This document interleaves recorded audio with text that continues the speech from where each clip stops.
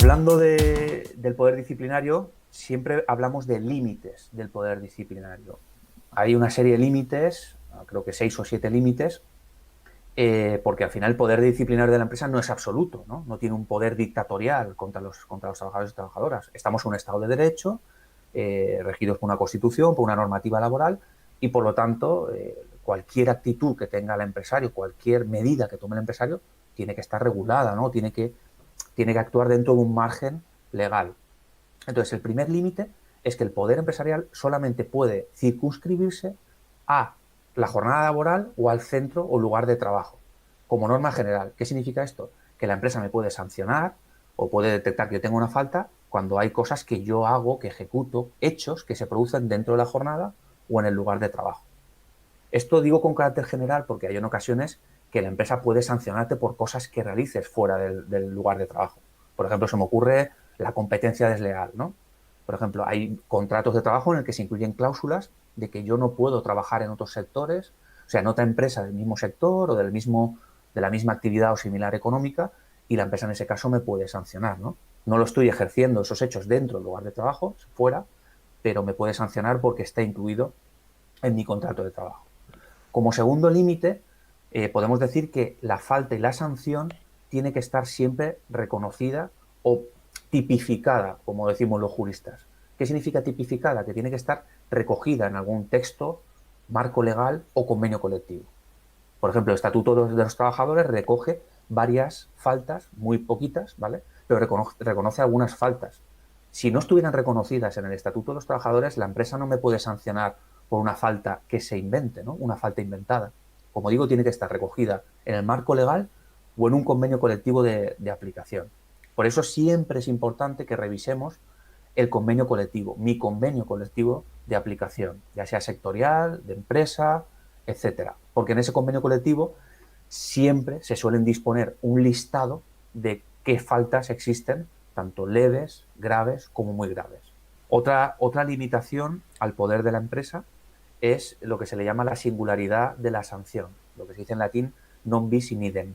¿Qué significa esto en latín? ¿No? Nunca mejor dicho, como decimos los juristas, que no se puede sancionar a una misma persona por los mismos hechos en más de una ocasión. No sé si queda claro. Es decir, si yo cometo una falta, esa misma falta no me la pueden sancionar dos veces por esos mismos hechos. Vale. Otra limitación es en cuanto a las sanciones, ¿no? ¿Qué tipo de sanciones me puede poner la empresa? ¿No?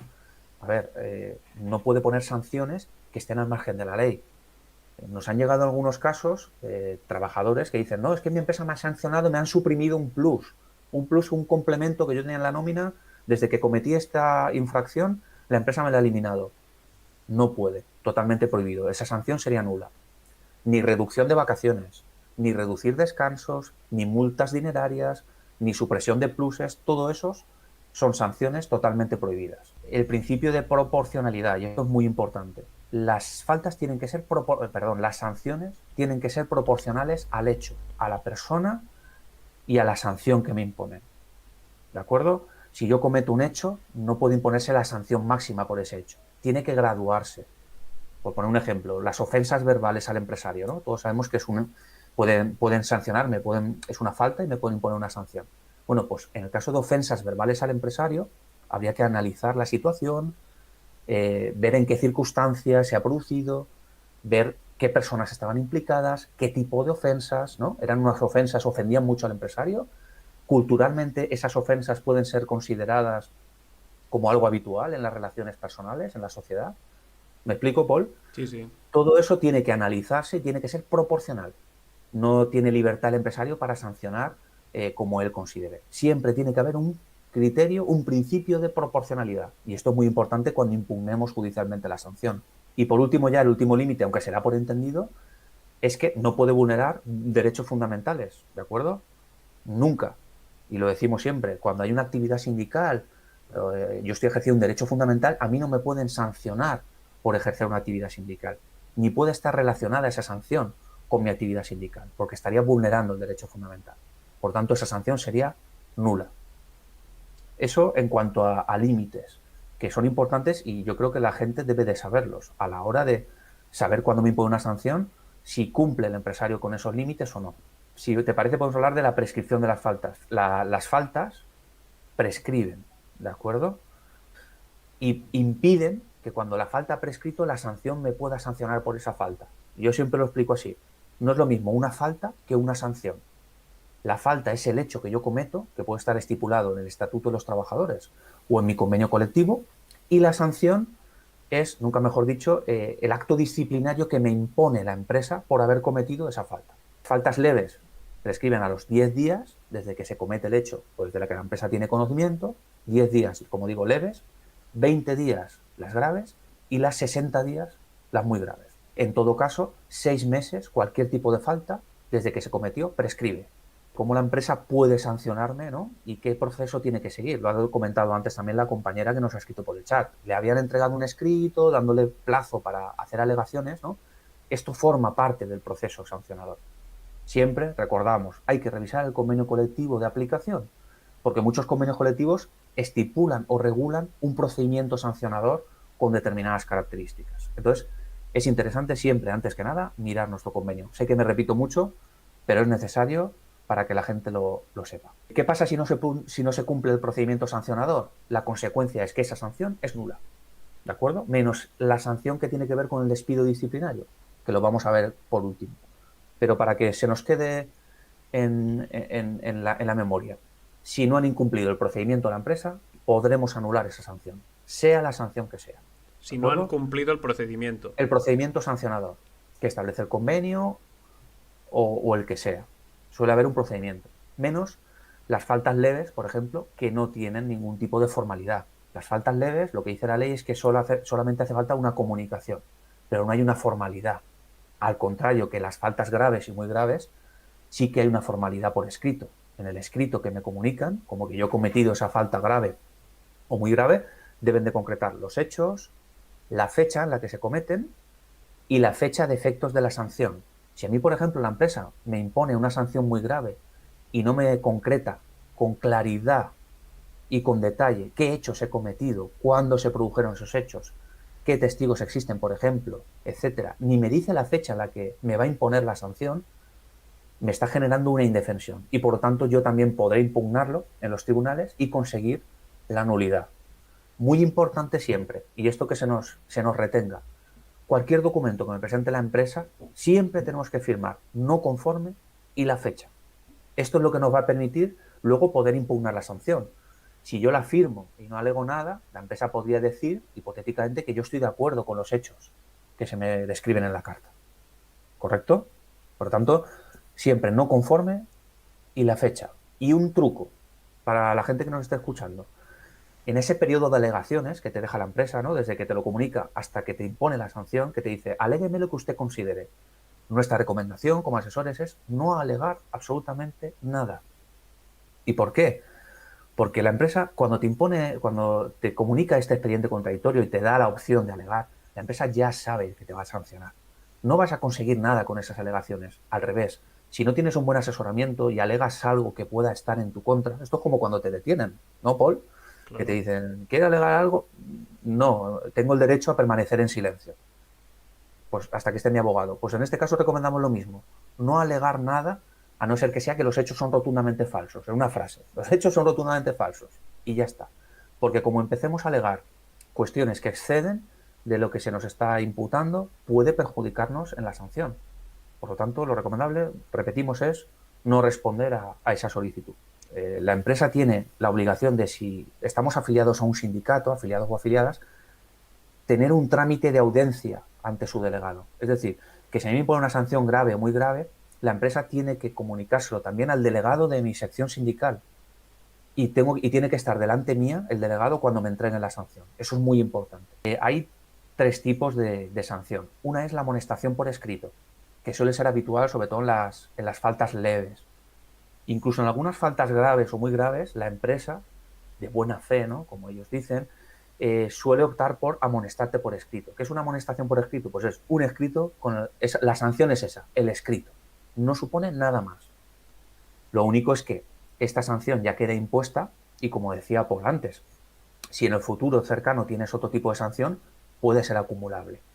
Otra es la suspensión de empleo y sueldo, Y ojo con esta, porque las empresas lo utilizan mucho en las sanciones graves y muy graves: 15 días de empleo y sueldo, 5 días de empleo y sueldo, un mes de empleo y sueldo.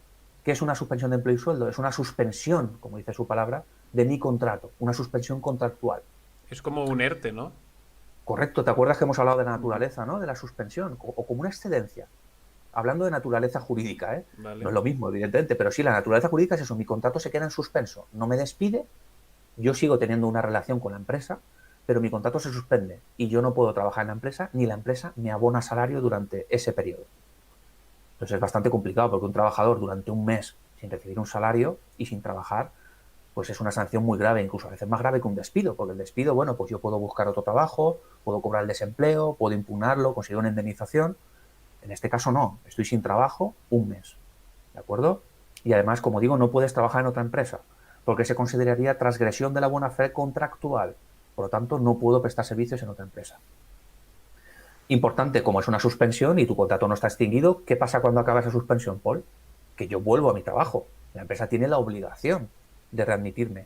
Ha acabado ya la sanción y yo vuelvo a trabajar. Si no se produce esa vuelta al trabajo, entonces es un despido, que ocurre mucho y que la gente tiene mucho miedo y no suele reclamarlas.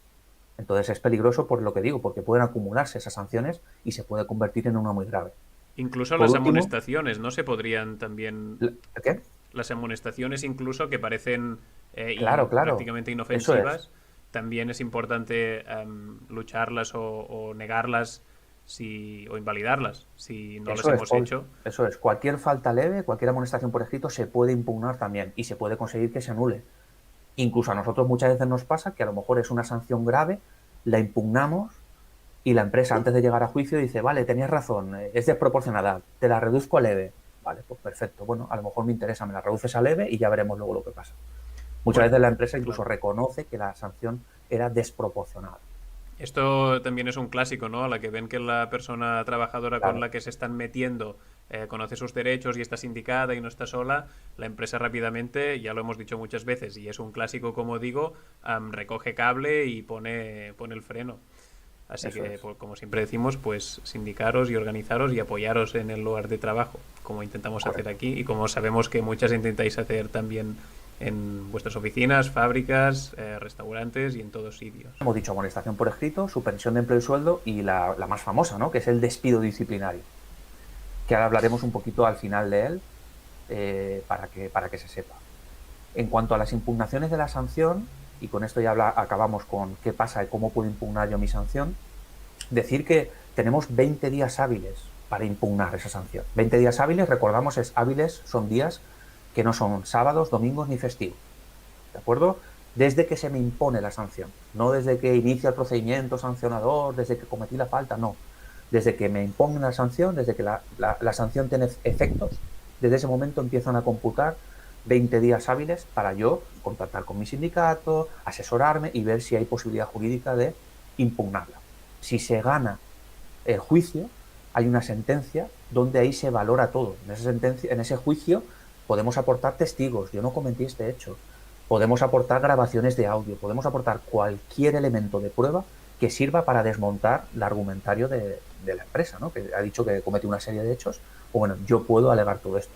Incluso si ha habido vulneración de derechos fundamentales, como decimos, ¿no? La actividad sindical o lo que sea, también lo alegaremos en el juicio. Y si hay una sentencia que nos da la razón, automáticamente el juez ordenará la anulación de esa sanción. Por lo tanto, esa sanción desaparecerá de mi expediente en la empresa.